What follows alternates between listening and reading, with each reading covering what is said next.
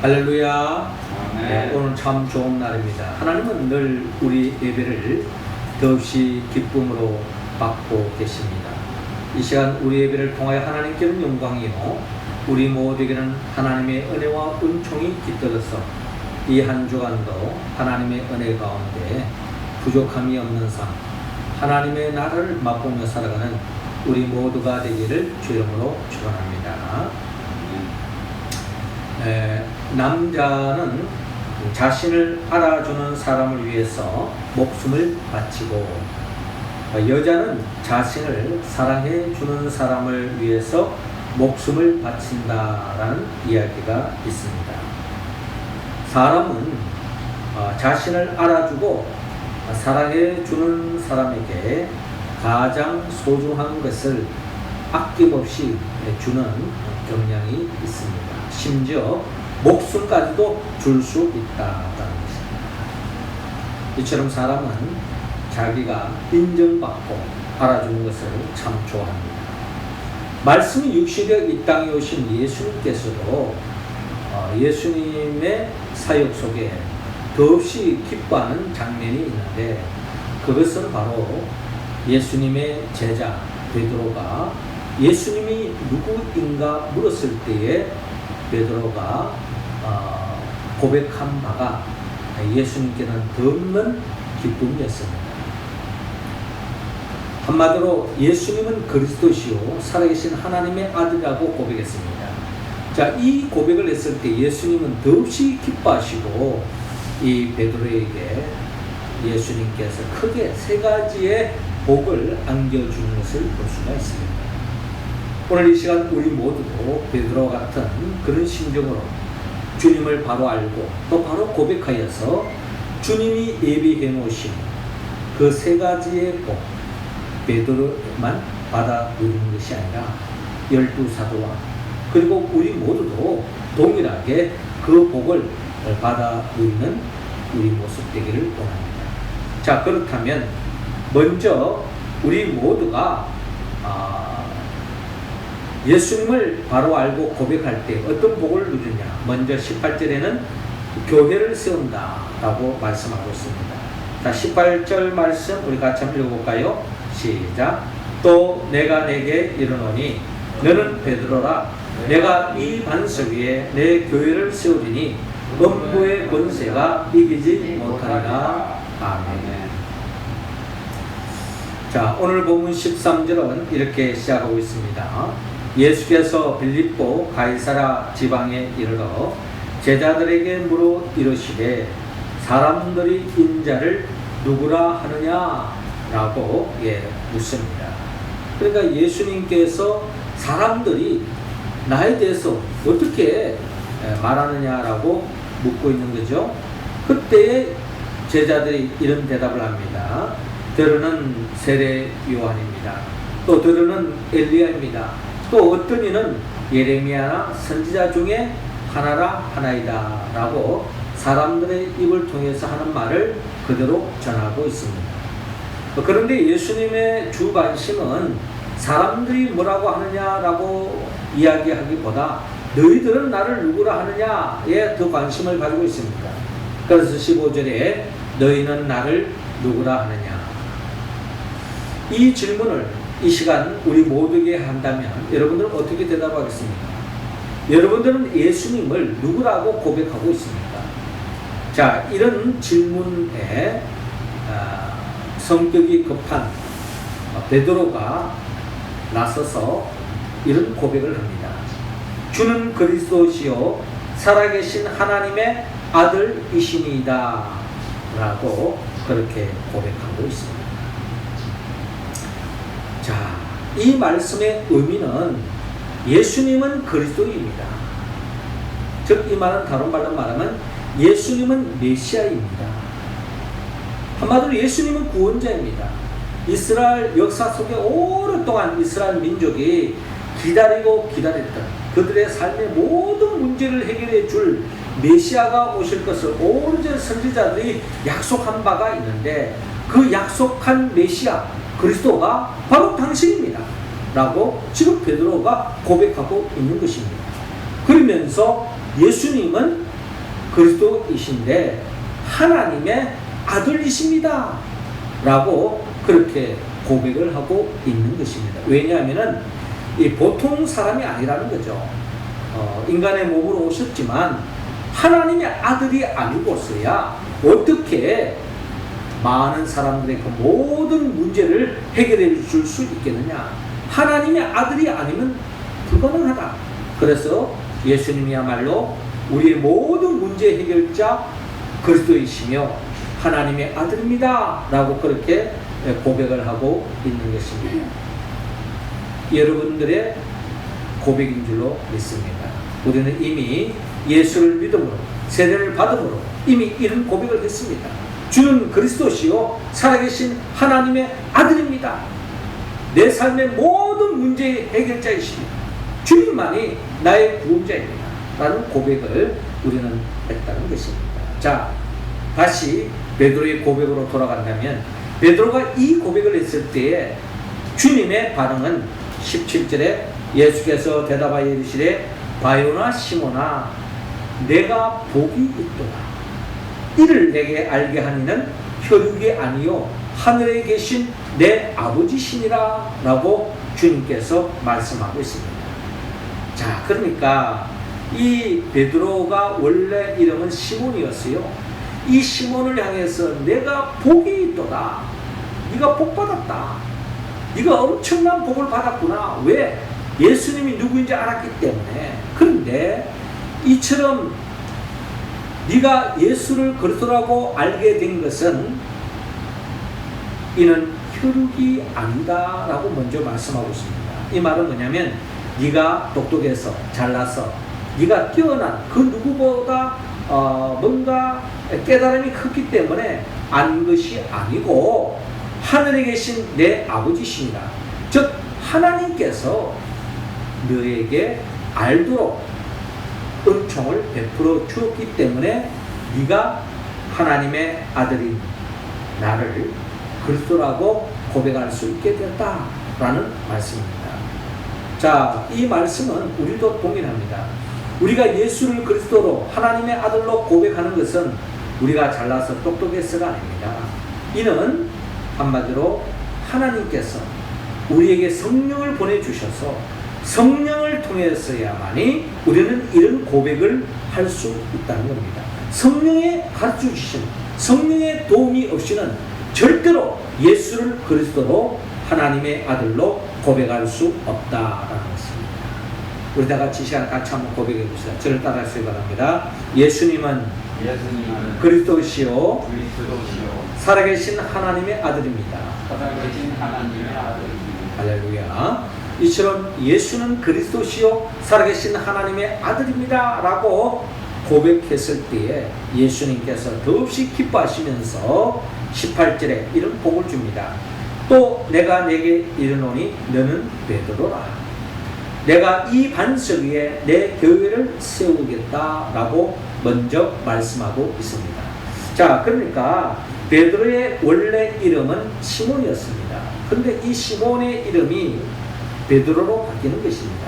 시몬의 의미는 갈대라는 의미를 가지고 있습니다. 여러분, 갈대는 바람이 부는 대로 흩날리는 것이 갈대입니다. 동쪽으로 불면은 서쪽으로 눕는 것이 갈대의 모습이고, 또 서쪽에서 바람이 불어오면 동쪽으로 눕는 것이 갈대의 모습입니다.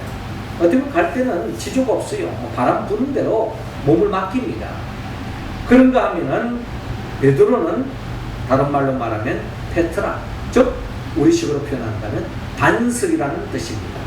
어떠한 바람에도 풍랑에도 흔들리지 않는 굳굳한 반석, 이 반석 위에 교회를 세우겠다라는 이 말씀은 이 베드로가 주님이 누구인가를 바로 알았을 때에 네 이름이 더 이상 시몬이 아니고 베드로로 바뀔 뿐만 아니라 네가 예수를 그리스도라고 믿는다면 그 믿음 위에 교회를 세우겠다라는 의미로 우리는 이해할 수 있습니다. 그러니까 예수를 그리스도라고 고백한다면 예수님께서 베드로를 그 믿음 위에 교회를 세우겠다. 이 말은 네가 교회가 되겠다라는 말씀입니다. 우리도 예수를 그리스도로 고백한다면 우리는 이미 교회가 된 겁니다. 교회로 부름을 받았다는 겁니다. 교회의 영적 의미는 뭐냐? 우리가 교회로 부름을 받고 교회로 세움을 받는다고 하는 이 교회의 영적 의미는 고린도전서 12장 27절에 표현해 하면 너는 그리스도의 몸이요 지체의 각 부분이다 라고 말씀합니다. 그러니까 저와 여러분들은 예수님의 몸이 된 겁니다. 예수님의 몸이 된 겁니다. 예수님과 하나가 된 겁니다. 예수를 그리스도라고 고백하는 그 순간에 저와 여러분들은 예수님의 몸이 된 것이고 하나님의 자녀가 된 것이고 예수님과 하나가 되어졌다라는 의미로 우리는 이해할 수 있습니다. 자, 예수님과 하나가 되었는데 이 교회의 의미는 우리는 쉽게 우리 자꾸 건물을 생각할 때가 많습니다.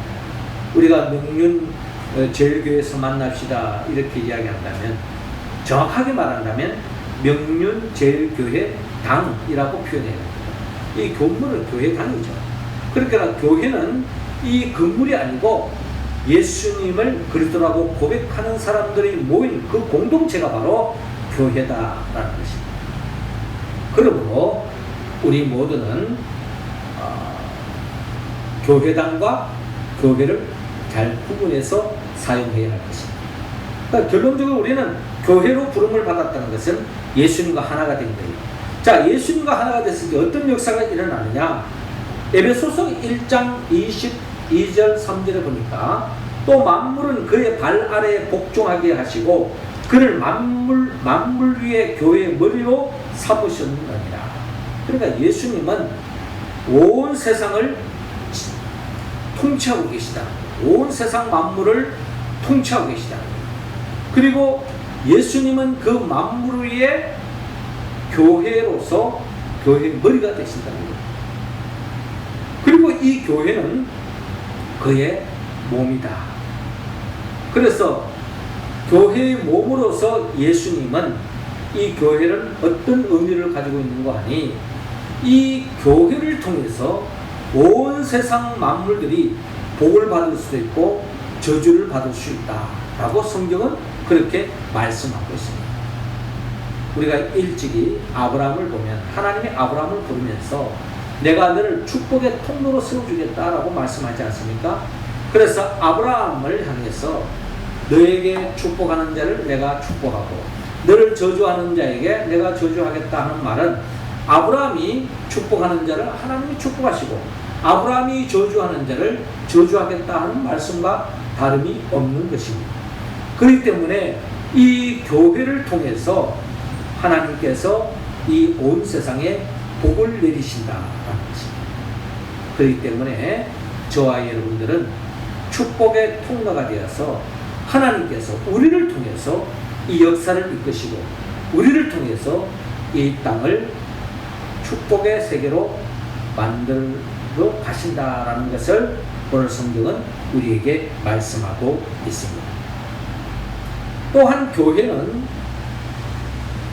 구약시대의 방주로 우리는 또한 이해할 수가 있습니다. 구약시대에 많은 사람들이 죄를 범하여서 하나님이 물러서 심판을 내리려고 했어요. 그때에 노아를 통해서 방주를 짓게 했죠. 그래서 방주에 들어간 어떤 생명들은 그 물 심판에서 견디고 이기고 결국에는 구원을 받는 것을 볼 수가 있습니다. 이처럼 우리 모두가 이 세상에 어떤 상황 속에서 예수를 그리스도라고 고백하고 교회로 부름을 받은 그 생명은 하나님께서 결국 우리 모두를 구원해 주신다. 그 구원은 영원한 천국까지 인도해 주신다 하는 약속의 말씀으로 우리는 이해할 수 있겠습니다. 사도행전 4장 12절에 다른 이로서는 구원을 얻을 수 없나니 천하 인간에게 구원을 얻을 만한 다른 이름을 우리에게 주신 일이 없음이니라 하였더라 라고 말씀하고 있습니다. 우리 모두는 예수를 그리스도라고 고백할 때 예수님만이 나의 구원자라고 끝까지 고백하며 나갈 때에 결국 저와 여러분들을 진정한 구원, 참된 구원, 영생 복락으로 인도해 주신다고 성경은 약속하고 있습니다. 우리 모두가 어떠한 상황 속에도 예수를 그리스도라고 고백함으로 교회로 부름을 받아 영원한 구원을 얻는 우리 모두가 되기를 주 이름으로 축원합니다. 이어 두 번째로 예수를 그리스도라고 고백하는 자들은 마귀와의 싸움에서 이길 수 있다. 한마디로 영적 전쟁에서 이길 수 있다는 거죠. 18절 하반절인데 18절 다시 한번 읽겠습니다. 시작. 또 내가 내게 이르노니 너는 베드로라. 내가 이 반석 위에 내 교회를 세우리니 음부의 권세가 이기지 못하리라. 아멘. 자, 하반절에 보니까 내 교회를 세우는데 이 교회는 교회로 부름을 받은 저와 여러분들은 어떤 역사가 일어나느냐? 음부의 권세가 이기지 못하리라 라고 말합니다. 즉 마귀가 우리를 이기지 못한다는 거예요. 다른 말로 말하면 교회로 부름을 받은 예수님을 내 삶의 머리로 주인으로 통치자로 모시고 살아가는 그 인생은 마귀와의 싸움에서 이길 수 있다라고 성경은 약속하고 있습니다. 이 약속이야말로 엄청난 축복이죠. 우리가 잘 아는 아담과 하와는 이 복을 받았음에도 불구하고 결국 선악을 알게 하는 나무의 열매를 먹음으로 마귀에게 패배해서 결국에는 그가 하나님으로부터 받았던 모든 복을 다 빼앗기고 절망과 저주의 인생길을 살아갔던 것이 첫째 아담의 삶의 모습이었고 아담의 길을 걸어간 모든 인생들의 특징이다라는 겁니다. 결국 우리는 이 세상에 보암직도 하고 먹음직도 하고 지혜롭게 할 만큼 탐스러운 그 무엇이 눈에 보이고 그것을 쫓아간들 결국 그 결론은 실망이요 절망이요 후회요 그 없는 비극의 삶으로 끝날 수밖에 없는 것이 우리의 모든 인생이라는 겁니다. 그러나 우리 모두는 마귀와의 싸움에서 승리할 때에 우리는 진정한 행복을 누릴 수 있고 참된 기쁨을 얻을 수 있다라고 성경은 약속하고 있습니다. 창세기 3장에서 아담이 결국 마귀와의 싸움에서 짐으로 인하여 선악을 알게 한 나무의 열매를 먹음으로 에덴 동산에서 쫓겨나고 말았습니다. 그랬던 아담과 아담의 후손들은 결국에는 예수 그리스도를 통하여서 요한계시록 20장에 이르러 붉은 용, 즉 그리스도와의 싸움에서 최후의 승리로 인하여 요한계시록 21장, 22장에 이르는 새하늘과 새 땅에 이르는 모습을 우리는 바라볼 수 있습니다. 그렇습니다. 우리 모두가 예수 그리스도 안에 있을 때 최후의 승리를 얻을 수 있다. 이 세상이 우리를 위협하고 우리를 넘어뜨리려 하고 우리를 고통으로 몰아간다 할지라도 예수 그리스도와 함께 나아가는 인생은 결국 승리할 수 있다라고 성경은 약속하고 있습니다. 우리가 요즘 사사기 말씀을 새벽기도 때마다 읽고 있습니다만은 어제 읽었던 사사기 5장에 보면은 사사기 5장 31절에 여호와여 주의 원수들은 다 이와 같이 망하게 하시고 주를 사랑하는 자들은 해가 힘있게 돋음같게 하시옵소서 하니라. 그 땅이 40년 동안 평온하였더라 라고 사사기 5장 31절에 기록되어져 있습니다. 자, 이 말씀은 우리가 잘 아는 드보라의 노래인 것입니다. 드보라가 이렇게 노래한 것은 가나안 왕 아빕 왕과의 싸움에서 승리하고 아빕 왕의 군대 장관 시스라와의 싸움에서 승리한 드보라가 사사기 5장에서 하나님께 영광의 찬양을 올리는 것을 볼 수 있는데 그 찬양의 내용이 주의 원수들은 다 이와 같이 망하게 하시고 주를 사랑하는 자들은 해가 힘있게 돋음같게 하시옵소서라고 기도의 내용을 담고 있는 찬양을 올리고 있는 것을 볼 수가 있습니다. 그렇습니다.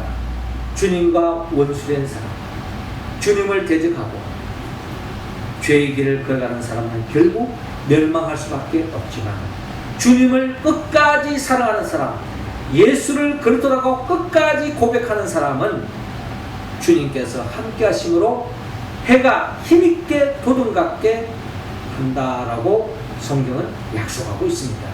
그렇습니다. 예수를 그리스도라고 고백하는 사람, 결국 주님이 사랑하는 사람이죠.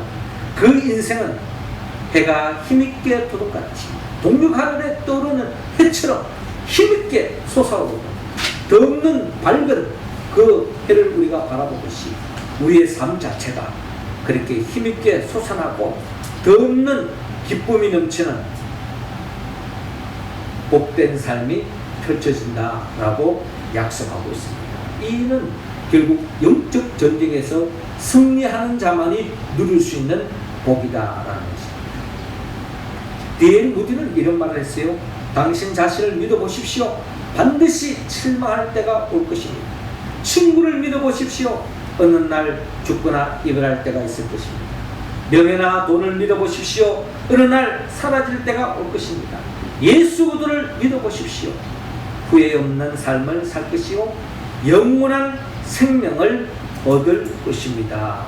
라고 D.L. 무디는 이야기한 바가 있습니다. 그렇습니다.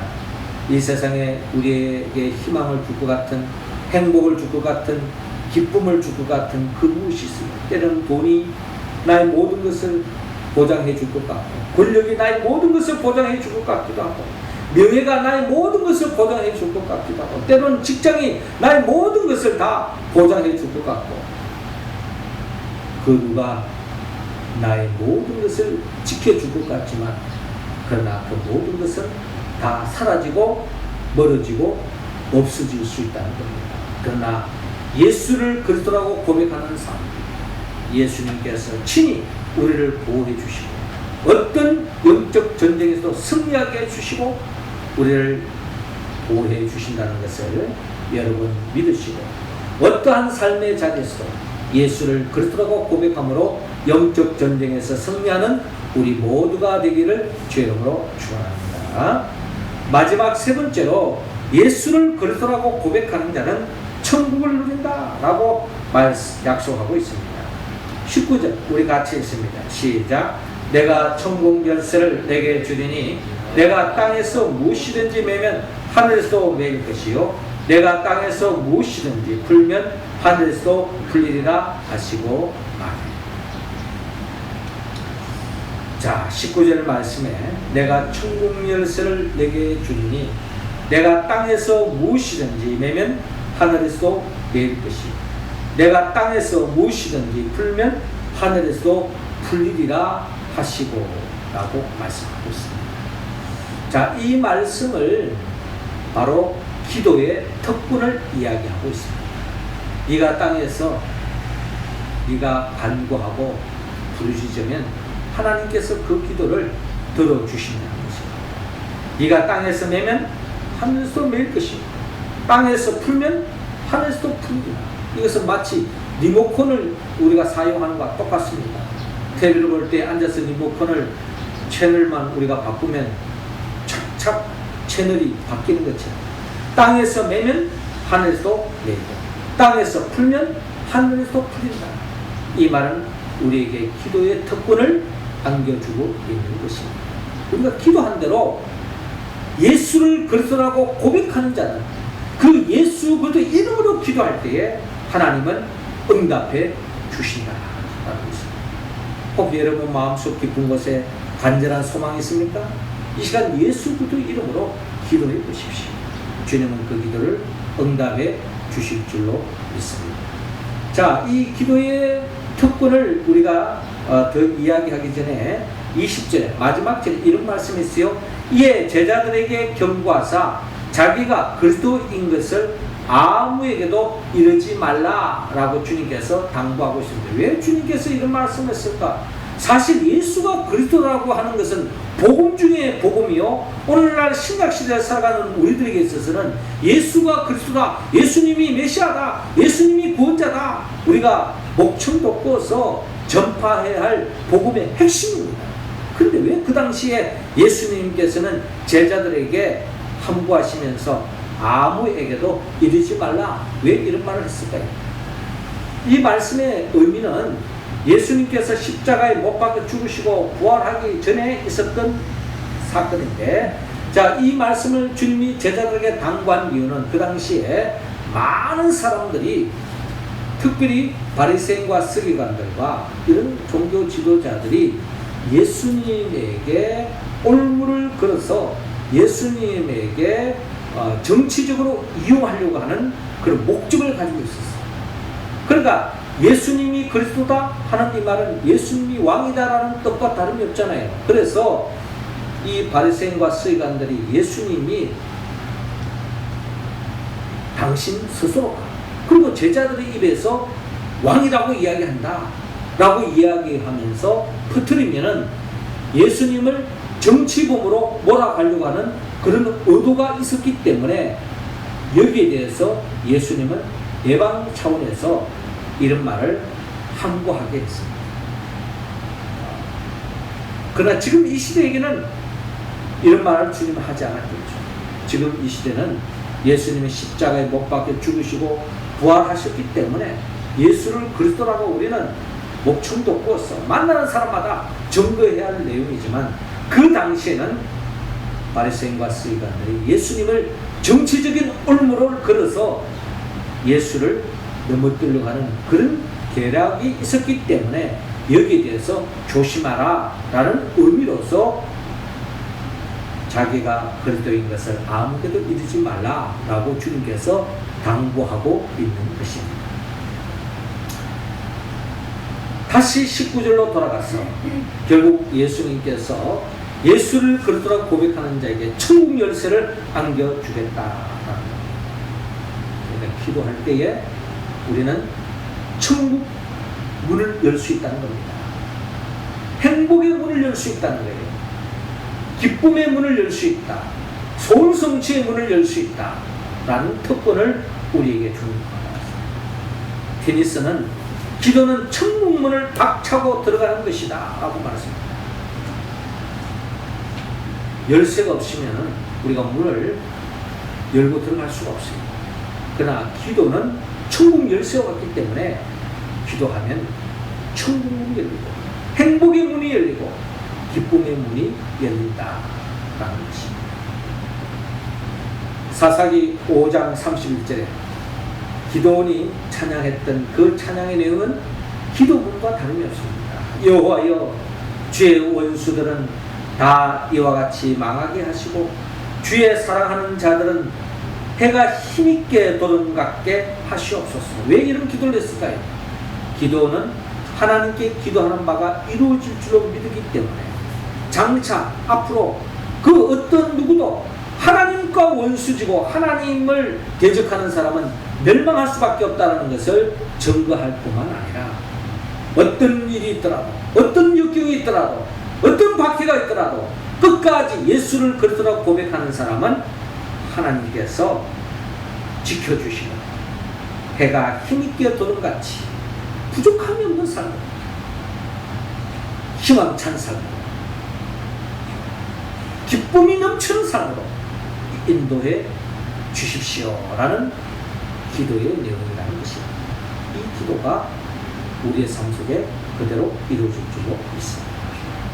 우리가 지금 몇 주간 계속 하는 말씀을 보면은 예수님께서 보리떡 5개와 물고기 등을 5,000명 이상이 먹고 모든 사람이 기쁨을 누렸던 그 베데스다 들녘에서의 오병이의 사건, 그 사건 또한 예수님께서 보리떡 5개와 물고기 2마리지만 결국 그것을 또한 감사하시고 기도했습니다. 결국 그 기도의 열매로 인하여서 모든 사람들이 배불을 먹고 12가운데가 남는 기적의 역사가 감사 기도에서 시작됐다는 것을 볼 수 있습니다. 베드로가 물 위로 걷다가 바람을 보는 순간에 물에 빠지는 그 순간에 주님을 향하여 주여 나를 구원하소서라고 간청했을 때 물에 빠져가는 베드로를 주님이 즉시 건져주었던 것처럼 우리의 삶에 어떤 어려움이 있더라도 기도하면 주님께서 살 길을 열어주신다는 겁니다. 지난주에 나눴던 가나안 여인도 사랑하는 딸이 귀신에 들려가지고 고통 속에 나날을 보내갔지만 결국 가나안 여인이 주님 앞에 간청하고 기도했을 때에 주님께서 그 가나안 여인의 그 간청, 그 기도를 들어주셨던 것처럼 우리의 기도로 응답해 주실 줄 믿습니다. 훗날 베드로는 예수님의 이름으로 기도할 뿐만 아니라 예수님의 이름으로 선포하는 것마다 그대로 이루어지는 놀라운 축복을 경험합니다. 성전 뒷문에 앉아있는 안진뱅이를 향해서 은과 금은 내게 없거니와 내게 있는 것으로 내게 주노니 곧 나사렛 예수 그리스도의 이름으로 그러라 라고 명령했을 때에 안진뱅이가 그 자리에서 일어나는 한 역사가 일어나는 것을 볼 수 있습니다. 이뿐만 아닙니다. 여러분들이 잘 아는 것처럼 사도 바울은 예수 그리스도의 이름으로 죽어가는 생명까지도 살리는, 죽은 생명도 살리는 그 같은 놀라운 역사를 일으켰다면 우리가 예수 그리스도의 이름을 의지하여 빛을 선포하고 기도하고 선포할 때 마치 하나님께서 창조 역사를 펼치실 때 하나님이 빛이 있으라 할 때 빛이십니다. 또 땅에는 식물이 자라나라 말씀하는 대로 이루어졌던 것처럼 여러분들도 예수를 그리스도라고 고백하고 주님의 이름을 의지하여 기도하고 선포함으로 새로운 창조의 역사를 살아가는 우리 모두가 되기를 주의 이름으로 축원합니다. 사랑하는 성도 여러분, 주님은 우리 모두가 교회로 쓰임받기를 원합니다. 마귀와의 싸움에서 이기기를 원합니다. 그리고 매일매일 천국을 침노하며 맛보기를 원합니다. 그러기 위해서는 우리가 예수를 그리스도라고 고백해야 합니다. 예수를 그리스도라고 고백하고 하나님의 아들로 우리가 알 수 있는 길은 우리의 지혜로는, 우리의 지식으로는 부족합니다. 성령이, 하늘에 계신 하나님 아버지께서 성령을 보내주시고 성령이 도와주셔야만이 가능하다는 겁니다. 성령은 예수 그리스도의 영입니다. 예수님 누구입니까? 예수님은 우리를 위하여 천지 만물을 창조하시고 인간의 몸으로 오셨고 우리의 죄를 대신 짊어지고 십자가에 못 박혀 죽으시고 부활하시고 승천하시고 그리고 지금도 우리에게 성령을 보내주셔서 교회를 이루게 하시고 교회를 중심으로 하나님의 말씀에 순종하며 나가는 저와 여러분들을 새하늘과 새 땅으로 이끌기 위하여 장차 재림하여 오신 그 예수 그리스도의 영 보혜사 성령의 도움을 받을 때야만이 우리는 예수를 그리스도로 고백함으로 인하여 진정한 교회로 부름을 받을 수 있고 마귀와의 싸움에서 백전백승할 수 있고 이 땅에서 천국을 침노하는 그리고 죽어서는 천국에 들어가는 그 복을 우리 모두가 다 받아 누릴 수 있기를 주의 이름으로 축원합니다. 기도드리겠습니다. 하늘에 계신 우리 아버지, 이 시간 우리 모두에게 성령의 기름을 부어주시옵소서. 우리 모두가 예수를 그리스도라고 고백하게 하시니 참 감사합니다. 우리의 이 고백이 한때의 고백으로 끝나지 않게 하여 주시고 이 무더운 여름날 코로나19가 활기치는 이 시대 속에서도 예수는 그리스도시요 살아계신 하나님의 아들이심을 고백하게 하시고 이 고백이 영원히 주님 오시는 그날까지 우리 고백이 되어서 진정한 하나님이 예비놓으신 그 복을 충만히 받아 누리는 우리 모두가 되게 하여 주옵소서. 예수님의 이름으로 기도하옵나이다. 아멘.